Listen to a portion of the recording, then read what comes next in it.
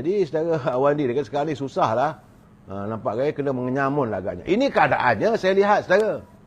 Retorik politik rakyat dah tak nak dengar. Sesuatu yang berbau retorika rakyat dah tak nak dengar. Rakyat nak tahu apa. Sebab bangun pagi, anak isteri nak tengok apa makanan di atas meja. Hari ini rakyat lebih mementingkan soal perut. Politik lah. Retorik, bahawa nak buat itu, nak buat ini, buatlah, tak ada masalah. Tetapi santuni ekonomi rakyat, itu lebih penting. Macam saya, rakyat begitu kesan bila melihat Kementerian Pertanian dan Kementerian Perdagangan Dalam Negeri Awal Pengguna. Orang suruh bercakap masalah ayam, masalah telur, masalah harga barang naik lagi. Tapi tengok gambar, Menteri Perdagangan Dalam Negeri Awal Pengguna tunjuk senarai. Tiba-tiba dalam senarai itu, harga babi hidup RM15. Mengamuklah rakyat. Yang tak sepatutnya. Ini gambaran saya kata kadang-kadang menteri mereka sabotaj kerajaan. Apakah mereka melakukan sabotaj terhadap kerajaan? Ini juga harus dilihat. Saya memandang dengan pandangan yang agak sinis. Saya bersimpati Datuk Seri Anwar Ibrahim yang kena kecam, yang beliau sedang diserang oleh warga net dan sebagainya. Jadi kehadiran mereka sebagai menteri sepatutnya membantu. Tapi hingga saat ini kehadiran menteri pun yang kita nampak. Bertugas. Memang kita nampak menteri kesihatan okey, ada resultnya. Tapi bagaimana menteri-menteri yang lain? Memang kita nampak menteri pengangkutan Anthony Loke. Memang dia menjelajahi, tengok keadaan sebagainya. Okey. Tapi macam mana menteri lain? Menteri yang paling penting sekarang ni adalah Menteri Perdagangan Dalam Negeri dan Awal Pengguna, Menteri Pertanian. Sektor ini perlu ditekankan. Dan akhirnya bila bercakap soal kita tak mau lagi adanya menteri yang menghantar minit-minit tertentu, ini boleh membuatkan, sebab sekarang ni saya nak beritahu keadaan sekarang ni budaya itu begitu menebal, tebal dalam masyarakat politik di negara kita ni. Budaya di mana menteri boleh memberikan sedikit oleh-oleh kepada pengikut ataupun ahli-ahli parti. Dan sekarang ni keadaannya kering kontang.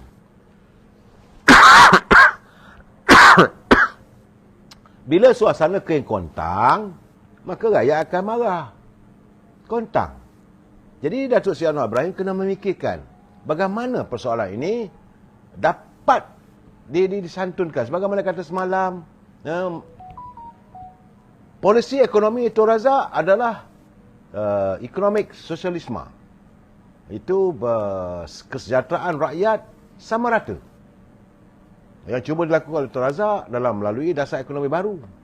Dan saya haraplah Datuk Seri Anwar Ibrahim dapat memikirkan di saat beliau melontarkan upayanya untuk mewujudkan masyarakat madani. Tapi apakah dalam keadaan sekarang ni hanya madani itu saja? Kita tak mahu apa yang dialami oleh Datuk Seri Anwar Ibrahim mengikuti jejak langkah waktu zaman Tun Abdullah Badawi. Pak Lah bila dia jadi Perdana Menteri, dia pun mewujudkan Islam Hadari. Satu Malaysia bercakap soal Islam Hadari. Slogan saja. Tapi kedudukan rakyat macam mana? Waktu itu, akhirnya kejayaan pada tahun pertama bila jadi Perdana Menteri telah dinafikan oleh rakyat. Hilang 2/3 sokongan di kalangan ahli parlimen. Pak Lah apabila mewujudkan hanya retorik Islam Hadari. Kita bongkar sunnah Nabi. Yang ku cari bukan harta berbilion-bilion. Aku tidak mencari harta. Yang ku cari adalah teman-teman untuk sama-sama mentelaah, sama-sama membongkar rahsia. Jadi bercakap saja. Rakyat kata tengok ada beranak dia juga yang kaya raya. Itu keadaannya saudara, jangan lupa. Begitu juga rakyat bosan melihat macam Tuan Mahathir, saya tak nak buat apa-apa pun. Tapi anak dia semua billionaire, bukan jutawan. Rakyat melihat dengan mata kepala sendiri. Keadaan inilah perlu Datuk Seri Anwar Ibrahim memikirkan. Jangan pula nanti tiba-tiba muncul cerita kroni pula kaya-kaya. Ini tak mau. Yang penting santuni rakyat. Kalau ada kelulusan yang perlu disegerakan, disegerakan. Sebab saya rasalah sekarang ni masa Datuk Seri Anwar Ibrahim tidak mempunyai masa yang panjang. Sebab beliau mewarisi kemelut kehidupan ekonomi yang teruk daripada 3 mantan Perdana Menteri. Dia mewarisi apa yang berlaku era Dr. Mahathir kali kedua jadi Perdana Menteri selama 22 bulan sehingga berlakunya langkah Sheraton. Kemudian datang hadirnya Perdana Menteri Tan Sri Muhyiddin, tak kurung rakyat, bendera putih di sana sini, rakyat bunuh diri. Kemudian hadir pula Datuk Ismail Sabri dengan harapan kononnya untuk menyantuni keluarga Malaysia. Apa dah jadi? Macam-macam cerita kita dengar. Malahan saya tak tahulah, ada kononnya cerita bahawa untuk mewujudkan untuk mewawarkan keluarga Malaysia tu banyak juga wang negara terpakai. Adanya katanya saya tak tahu. Ini perlu disiasat, rakyat pun nak tahu apakah kaum kroni yang mendapat projek itu. Ini juga perlu disiasat. Rakyat nak tahu sebab rakyat kami miskin. Pemimpin kaya raya. Ini masalahnya saudara. Sebagaimana yang Datuk Seri Anwar Ibrahim lontarkan. Pimpinan kaya raya, rakyat papa kedana. Sekarang waktu untuk beliau membuktikan dalam keadaan sekarang ni. Dan beliau tidak punya banyak masa. Harus benar-benar menyensing lengan. Saya setuju. Beliau berada di Sarawak. Mewujudkan bantuan 1 bilion. Okey. Tapi bagaimana dengan cara pelaksanaan? Jadi kaki tangan kerajaan yang ada, sebagai saya katakan tadi, pilihlah mereka yang benar-benar ikhlas untuk sama-sama dengan beliau untuk bertugas. Kerana at the end of the day, akhirnya segala-galanya terletak pada tangan Ketua Sesena Negara, Ketua Sisa, Ketua Pengarah. Mereka lah kumpulan pelaksana. Dasar yang dibuat oleh Datuk Seri Anwar Ibrahim ini memerlukan pelaksanaan. Pelaksanaan ini terletak pada kaki tangan kerajaan. Tumpuan harus diberi. Ini keadaan saudara. Bukan hanya menyalahkan orang politik. Selama ini banyaklah orang menyalahkan orang politik. Saya tidak mahu membela orang politik saudara. Kalau mereka yang melakukan kejahatan, sebab itu rakyat nak tahu. Orang politik mana yang sudah melakukan korupsi. Orang politik mana yang katanya projek 12 bilion lah, tempatan banjir, 15 bilion ke, 7 bilion ke. Mereka nak tahu siapa yang meluluskan. SBRM kena jelas mengatakan ini projek telah pun diberi, rundingan terus, syarikat ini tengah disiasat. Pemimpinnya, menterinya, so and so. Rakyat nak tahu. Datuk Seri, you cannot wait. Tak boleh tunggu lama lagi. Sebab saya, hari ini satu lagi saya tengok, untuk mengelak diri, dan mungkin untuk mengelak diri daripada disiasat oleh pihak berkuasa, tiba-tiba saya terkejut. Tok Lebat utama mengatakan bahawa pemberian duit kepada pengundi-pengundi itu dianggap sebagai sedekah. Saya geleng kepala. Memanglah pakar dalil orang tua ni. Dia kata bila parti PAS ataupun pemimpinnya balasannya bila PAS memberi wang itu sebagai sedekah. Itu mengikut kefahaman saya lah saya. Jadi ikut logiknya saudara, andainya jadi siapa pun bolehlah bagi sedekah. Dan menerima timbal balas itu juga sebagai sedekah. Jadi artinya macam mana nak mendung korupsi? Bagi projek, dapat projek, bagi pula pada pemimpin ini. Saya sedekah. Dan bila ada pilihan raya, bagi pada pengundi, sedekah. Begitu mudahnya beliau mentafsir undang-undang yang wujud di negara ini. Sedangkan mengikut undang-undang negara kita, di bawah Akta SPRM 2009 Akta 964 Seksyen 3. Dalam Akta SPRM, suapan. Suapan saudara, artinya wang, derma, alung, pinjaman, fee, hadiah, cagaran berharga, harta atau kepentingan mengenai harta, iaitu apa jenis harta, sama ada alih atau tak alih, faedah kewangan atau apa-apa pun manfaat seumpama itu boleh diisytiharkan sebagai suapan. Mengikut Akta Keselamatan Pilihan Raya 1954 pula, Seksyen 10, orang yang berikut hendaklah disifatkan bersalah atas kesalahan menyogok, iaitu tiap-tiap orang yang sebelum, semasa atau selepas sesuatu pilihan raya secara langsung atau tidak langsung dengan sendiri atau melalui mana-mana orang bagi pihaknya memberikan, meminjamkan atau bersetuju untuk memberikan atau meminjamkan atau menawarkan atau menjanjikan, iaitu berjanji untuk mendapatkan atau berusaha untuk mendapatkan apa-apa wang atau balasan bernilai kepadanya untuk mana-mana pemilih atau pengundi.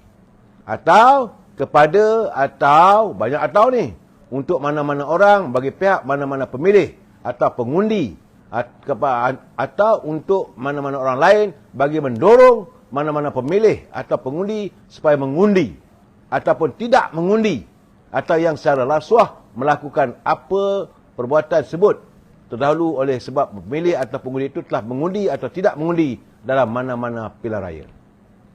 Kau bagi sekupang pun sudah salah. Macam mana tuan ni apa Tok Lebay ni kata sedekah? Dan Seksyen 11 Akta yang sama menyebut tiap-tiap orang yang bersalah atas suatu perbuatan rasuah dan boleh apabila disabitkan oleh satu mahkamah seksyen mengenai hal yang sebut dalam perenggan A dan B dipenjarakan selama tempoh tidak melebihi 2 tahun dan didenda tidak kurang daripada RM1,000 dan tidak lebih daripada RM5,000 dan dalam apa-apa hal lain dipenjarakan selama tempoh tidak melebihi 1 tahun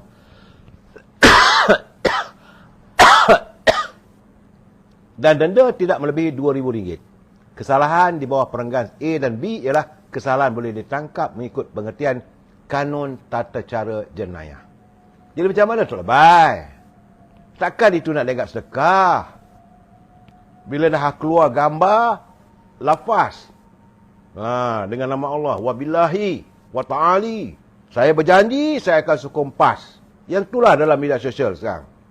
Bagi duit. Itu boleh dianggap sebagai rasuah, bukan sedekah. Tapi Tok Lebay kata itu dianggap sedekah. Rosaklah negara kalau macam ini. Kalau ini yang dilakukan, saya rasa rosak negara kita ni secara. Itu yang sedang berlaku dalam Tingkatan Nasional. Kalau gitu, siapa saja buat ni apa, luluhkan projek. 5 bilion, 6 bilion, sama ada runding terus dan sebagainya. Jadi bila datang pegawai SPRM, saya sebenarnya tak ada rasuah. Habis tu, saya dapat meniaga untung, saya sedekah. Bila sebut perkataan sedekah, jadi Tok Lebay betul-betul lah. Kita nak mentadbir negara. Saya malah nak bertekak dengan Tok Lebay ni. Tapi tiap-tiap kali ada aja dalilnya. Dalil-dalil sebut kadang-kadang boleh ditertawakan orang. Ada kalanya saya kata tak masuk akal. Berlaku kedangkalan apabila bercanggah dengan undang-undang. Jadi janganlah kita memusingkan fikiran rakyat. Saya amat mengharapkan jujurlah Tok Lebay ni dalam menangani isu-isu yang hubung kait dengan rakyat. Kepada Datuk Seri Anwar Ibrahim, saya minta supaya jangan sesekali biarkan apa yang beliau lontarkan itu terawang-awang. Tak ke mana-mana. Hari ini Datuk Seri Anwar Ibrahim adalah Perdana Menteri. Bukan Ketua Pembangkang. Bukan lagi berada di barisan pembangkang. Rakyat tak nak dengar lagi dah. Retorika politik dan sebagainya sudah. Enough is enough. Kalau benar, ada, umumkan. Hari ini Suruhanjaya Pencegahan Rasuah menyatakan kepada saya, so and so telah pun disasat. Rakyat nak tahu. Berapa banyak? Ini rakyat nak tahu. Sebab mereka pun nak juga rasa puas hati. Kerana mereka derita hatinya. Katanya Pak Syekh mau menangani derita rakyat. Begitu juga dengan keputusan-keputusan yang berhubung kait dengan soal moratorium keuangan. Soal ekonomi rakyat.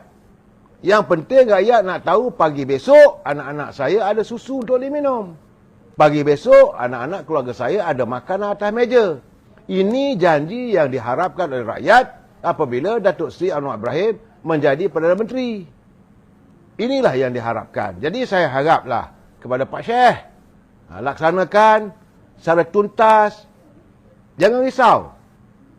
Ambillah tindakan pada mereka yang melakukan kebejatan pada negara. Yang kita harapkan. Saya tak mahu Datuk Seri Anwar Ibrahim tercemar. Hanya bercakap tapi tak ada end. Macam main bola, bawa bola daripada tengah padang sampai dekat depan tiang gol, tak masuk skor. Kalau orang cakap apa benda pemain lah macam ni. Ini janganlah sampai rakyat begitu. Tok Guru cakap macam mana pergi Menteri Agama, sepatutnya ambil tindakan. Ini Pak Menteri Agama membisu seribu bahasa. Itu secara Mazman Talib. Ini keadaannya saudara, saya haraplah kebejatan dan kebejatan sama ada dalam parti-parti politik haruslah kita tangani, dan rakyat sekarang ni tidak lagi mampu untuk, fikiran rakyat dah tepu dah dengan masalah yang mereka hadapi. Yang mereka lihat apakah penyelesaian. What is the end of the stories?